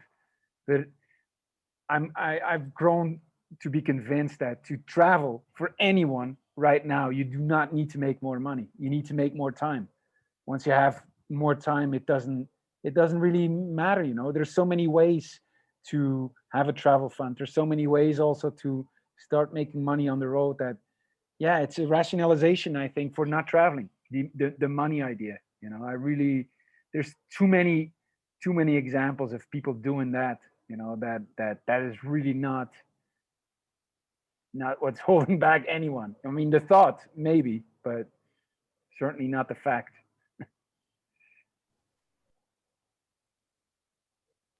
Yeah, I've heard of Andres, guys like traveling around with a bicycle too, and on almost nothing too. I mean, it's not going to be very comfortable, but once you get used to it, I guess it's possible. yeah, You got to think outside the box a little bit. I met a French And, guy and there's who's, people that use hitchhiking to get around too, and without paying anything. I've met a ton You of know, those guys. I've met a ton of those guys. I met a French guy traveling the world on his bicycle, and he had a tent, a backpack and a tent and a sleeping bag. And, and when I met him, he was riding through, I think it was Laos. And we shared a room in a like a hotel room one night. And nothing romantic, but both looking to save a few bucks, and I met a Danish woman traveling on a motorcycle. And I mean, I've met people who they've volunteered to like work on a sailboat to cross the ocean. And yeah, I've seen people living on almost nothing and traveling the world for years. So there's definitely ways to do it. I like Hans. I traveled for about 7 years. I had stopped my business. I had no job. I did different things here or there, for money, but I was gifted a lot of things. And I just used ways of connecting with people and following invitations. And instead of doing it's expensive if you want to do everything your way on your schedule and have all your comforts that you're used to. That's what's expensive. But if you can open yourself up and connect with people and receive and say yes to invitations you get, like in other countries, I've got tons of invitations to come stay with people because I had a great connection with them and the way I showed up. And I think it's not comfortable for most Americans to say yes to an invitation like that. But I did, and it was incredible. yeah, and you can use stuff like. Have you guys heard of Couchsurfing or Hospitality Club? Oh, yeah. Yeah, and on Couchsurfing you can get like free accommodation as you travel too. But you got to be very open-minded, to meet a stranger and stay with people. But they're usually very nice people. The people on Couchsurfing and Hospitality Club. I don't know if Hospitality Club is still running, but because the website's down a lot. But there was also another one called globalfreeloaders.com. And I met a lot of nice people through that too, that remained friends afterwards. So Yeah. you can meet a lot of nice people on those sites, and you get to stay at their place for free too and stuff. Yeah. Yeah, it's actually better than free because what it really is a gift, People want to share their life with you. They want to share their city with you, and they want to share their food with you. And it really is more like a gift of people who really have a desire to connect. And I've had incredible experiences with couch surfing, but I haven't used it other than like from about 2010 to 13, maybe. I used it a decent amount. I think it's changing more and more. At least that's what I heard. It's not quite the same vibe it had when it started. But I actually wrote an ebook, 123 ways to enjoy free stays around the world. And some of them, like, you might never do. Some of them are pretty out there, but most of them I've actually done. And I wrote it to open people's mind just about like what's possible, And I think as the world changes more and more, the idea is not going to be how much money can I make, but how resourceful can I become? How creative can I be? How many options can I create for myself? And that's a great survival skill, to be able to really think outside of the box, and to have the kind of the confidence, hey, I could go anywhere in the world and thrive, is a wealth unto itself, like we don't have to rely on making money. Have you stayed in hostels too, like dormitory accommodations and stuff? Yeah, I've stayed in hostels and I've stayed in poshtels. I don't know if you stayed any of those, but like really posh hostels. Yeah, I mean those are pretty cheap too. You can save a lot if you stay there, and you sometimes you meet a lot of interesting people too. Yeah, sometimes when I was traveling a lot more freely, after a while, I would just go to hostels sometimes because I want to be in that environment and I want to meet like 30 new people a day from all over the world, and young people. And, sometimes I just did it, not even to save money, but just because I wanted to be in that environment, where strangers from around the world get together in the same like little kitchen and cook their food at the same time and talking and sharing music. And yeah, it's great. Yeah. Do you have any more questions, Andrew? Or Um, I definitely agree on meeting people, and you have to go out and meet people, because I met a guy from Spain through another friend, and now I'm friends with him. So meeting people and networking is the key when you're traveling. I wanted to ask just one last question, because I know it's getting dark for you in Mexico. Um, Before we close the discussion here, I wanted to ask all of you if you believe in God or a higher power. um, yeah, I would say I do. But I'm kind of the kind of person that believes in a higher power. And in a spirit world, but not in like organized religion. Kind of like I see religion as like man's interpretation of God, which is undefinable. But yeah, I mean, the more you travel the world, I think the more you feel like there is some higher power, or higher dimension, and you can sort of see that because it seems like everything happens for a reason, and especially if you go to like Peru and do an ayahuasca ceremony and retreat, I mean, and you have these higher consciousness experiences when you activate your DMT or pineal gland or something, or third eye, then you start to realize that yeah, there is some type of consciousness that connects everything in this world, and everything happens for a reason, or maybe not everything, but most things seem for a reason, but you don't always see the reason until afterwards. So a lot of I think most travelers eventually come to that conclusion after a while, um, that yeah, there does seem to be the higher power, and but it's not like contained within one religion or something, like not not like a literal interpretation of the Bible, more like a metaphorical interpretation. That's my take on it. What do you guys think? Well, I grew up very, very, very religious. So when I broke free of that, I went on a journey to like explore, what is the truth? What is my mission if it's not what was laid out to me in this very, structured religious context growing up. And yeah, I mean, I won't share it all here, but I'll say I don't have a belief in God like as a supernatural personality and being. But I have experienced ayahuasca in Brazil a few times. That's a journey I want to keep going on. And I know when I sat in that experience, especially the second time, I just could not believe it was like things were being revealed to me as if someone was showing me this movie that was made just for me, and tears streaming down my face. And like I had more compassion for my mother than I'd ever had in my life, even though I'd worked on that quite a bit and things like that. So, Mm. I think I'm always on that journey, but I don't have a belief in God, so to speak. Yeah, But do you believe in a higher power? Oh, okay. Yeah, that's a good question. And I'm not quite sure what you mean by higher power, but maybe Like the it's similar. spirit world or a higher dimension, like when you have the ayahuasca experience, I mean, don't you connect to a higher reality? And I mean, Joe Rogan and Graham Hancock talk about that all the time. They have so many podcasts about it, and it's very fascinating. I'd like to try it sometime too, the Yeah, ayahuasca thing. I'm very curious. I'm very curious about it, but I don't have like a belief in it. Let's say, like I'm not like a true believer in something. I'm just curious about it.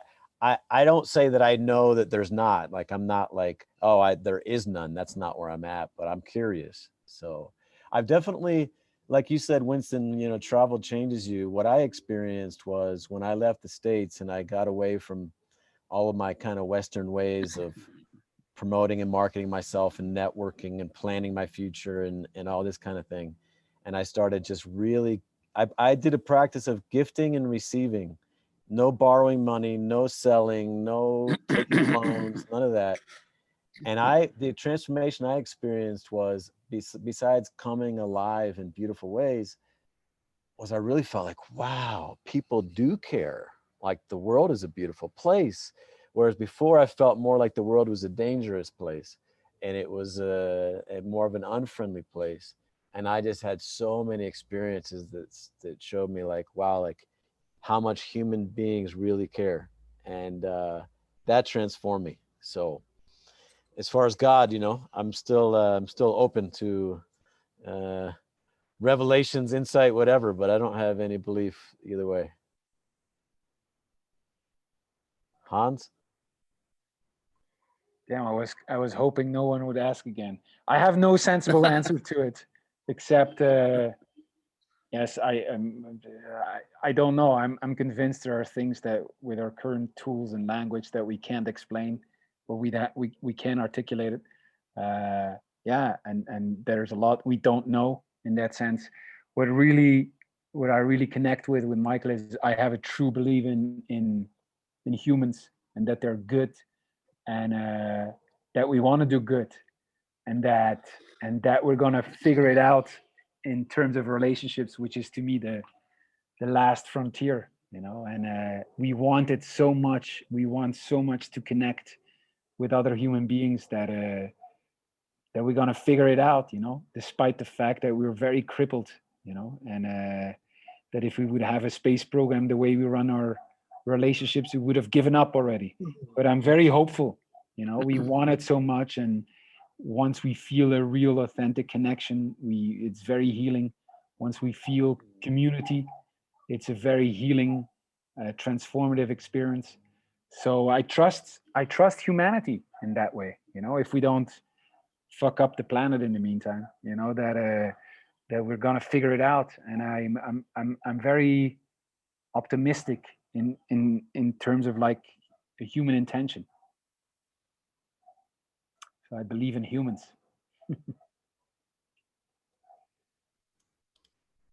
What about you, Andrew? What do you think?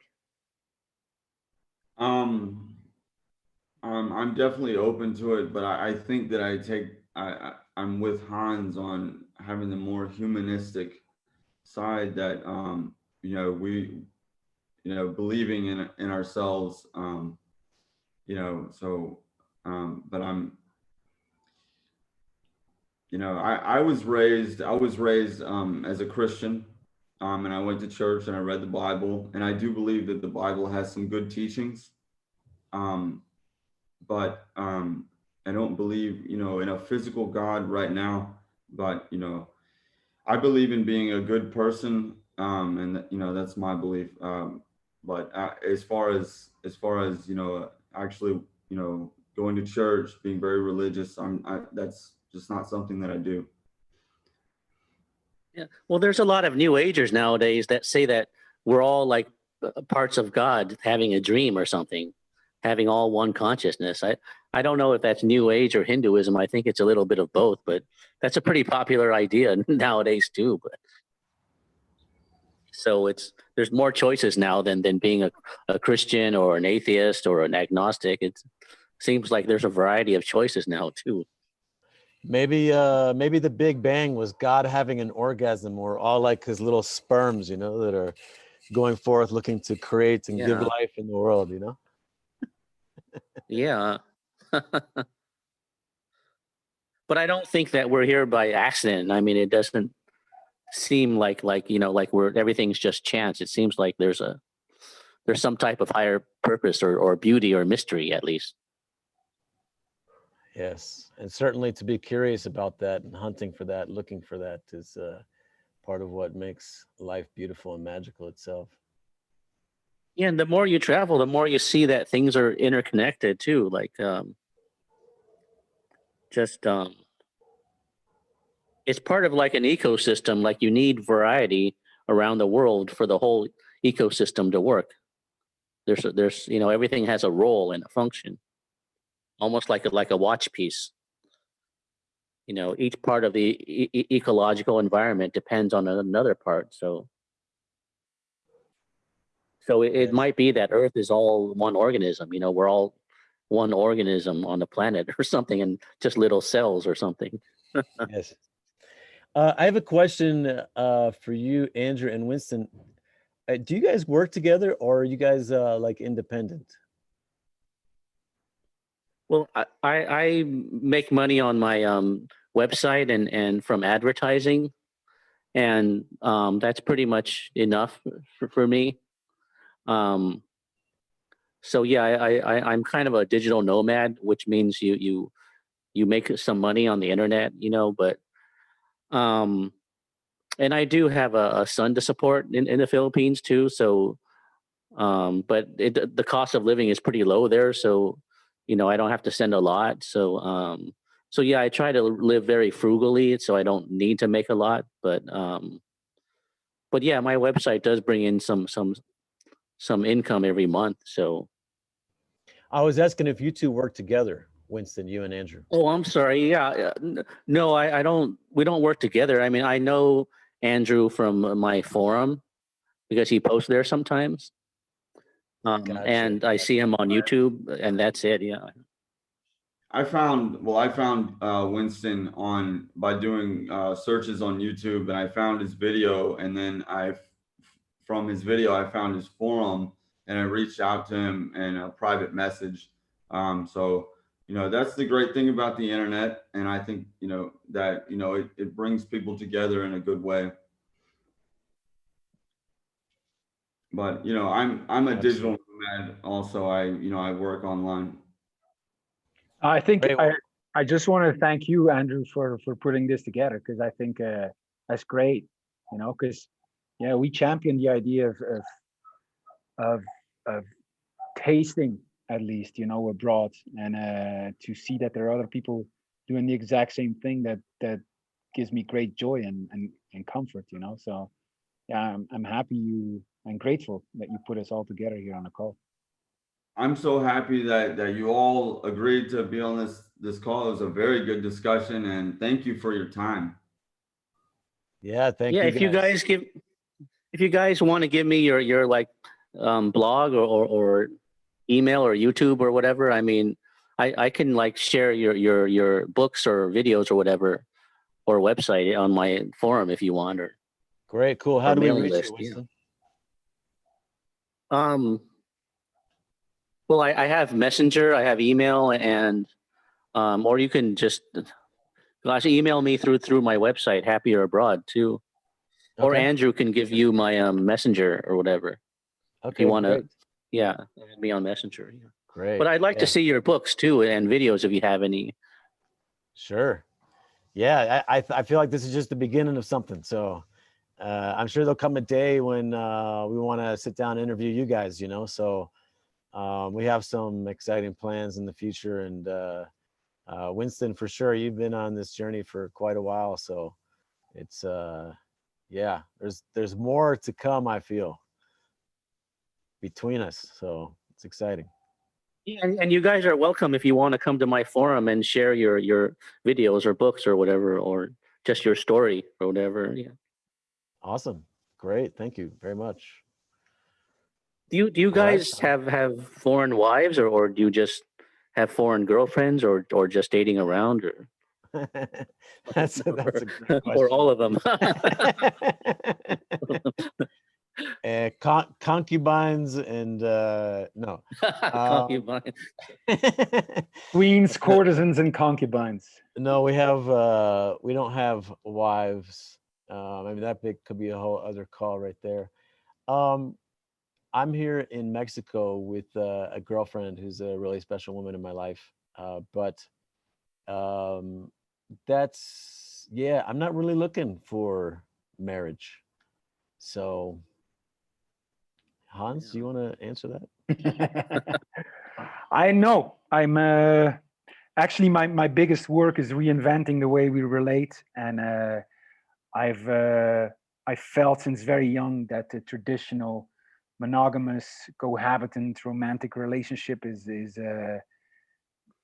not one that I just want to simply adopt, and I think it's very limiting in many ways, and it's not one I've signed up for in a long time, and yeah, I think it's that single-minded focus on that kind of relationship is a big part of why we're in this relational mess. So I've been on a 15-year journey of trying to understand what it is in relationships that is important to me, and find ways to redesign it, reinvent it, and going abroad, seeing how people relate to one another abroad, how the dating scenes are. That's part of what informs me on how I want to shape my relationship. So I have no wives. I have several relationships that have been going on for many years, and that will go on forever. And I found 23 ways, children of all colors. and I found ways to manage and make it a win-win for everyone. And yeah, Yeah, it Yes. seems like marriage complicates things, and it's better to just, if you have a girlfriend, just to have a live-in partner or something. What about you, Winston? Because What's your situation? oh yeah, I have a girlfriend in the Philippines, and but we're kind of on and off, and I have a couple of other girls I date sometimes, not just in the Philippines, but in Cambodia and Thailand. I used to have some in China, but I think they're all gone now. But um, so yeah, I'm kind of like you guys. The thing about marriage is, it's a three-way contract. It's you, the girl, and the government. And it's not a good idea to involve the government in your life. So it's kind of complicates things. So it seems like more and more it's better to just have a relationship where you can cohabitate almost like a marriage, but you don't have to make it official, because that can be problematic, unless of course you're really really sure she's the one, or the type of guy that really likes to settle down, because not every guy is adventurous or free spirited. Some guys want to settle down right away. It Right. depends on the type of guy. Yeah, Some men are adventurous, and some want to settle down. when you get married, it's you, her, and the government's on her side. So it's like It's not to your advantage, really. Yeah. right. And there's no reason why you can't just live together and have a common law marriage. I mean, there's no reason. Yeah. Yeah. Well, Hans and I are, I've been exploring this for a long time as well. And when I grew up, family was the most important value in my religion. And then my parents got divorced and everything went to hell. And I've spent a large part of my life exploring relationships and conflict resolution. I've done a lot of work on that myself, like led events and done consulting on that. And it's a passion for both of us. And it's something we're interested in as we travel, is how do people do relationship in other places. And so, yeah, I'm very much on the journey of exploring that. What about you, Andrew? Can you hear me? Yes. Your image is frozen, but yes, we Can can you hear me? Yes, we can hear Yeah. you. Well, no, I'm not married, and I don't plan on being married. I've met a lot of good women, and I just think that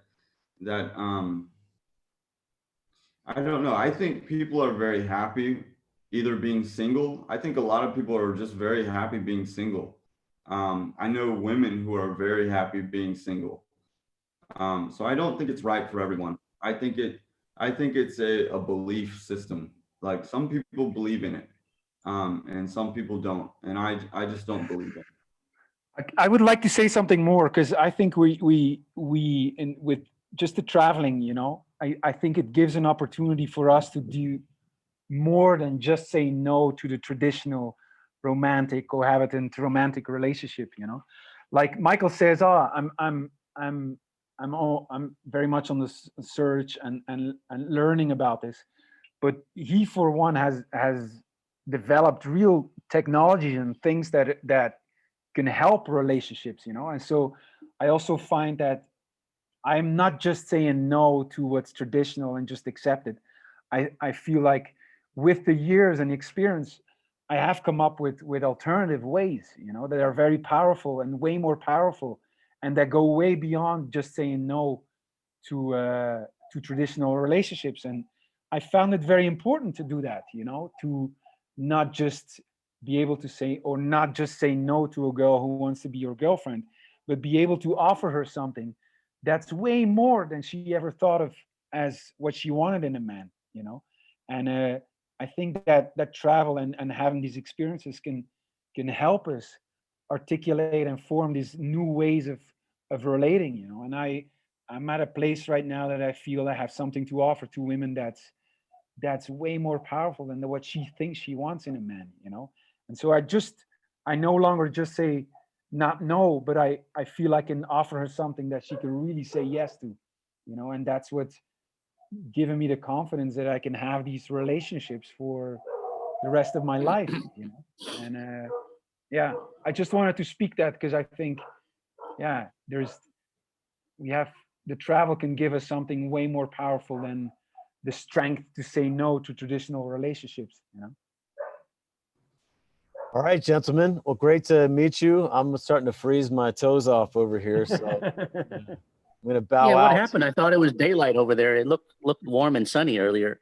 It was sunny, but the sun was going down in the last 2 hours, so it's now nighttime and chilly. We're up in the mountains, so when the sun goes down, it's chilly. Oh, okay. But let's be in touch. Let's stay in touch. Yes, we'll contact you also, Winston, via Andrew too, because I think yeah, we would love to learn more from you guys, and maybe set up an interview with each of you personally. I would love to do that. Great. Yeah, Okay. I follow the Secret Kingdom emails. You know, I read your emails, so they're good. Great. Right on, man. All right. Thank you, Andrew. Take care. Thank you. Nice meeting you, Winston. Let's talk soon. Yes. Okay. Thank you. Talk soon, gentlemen. Good to talk.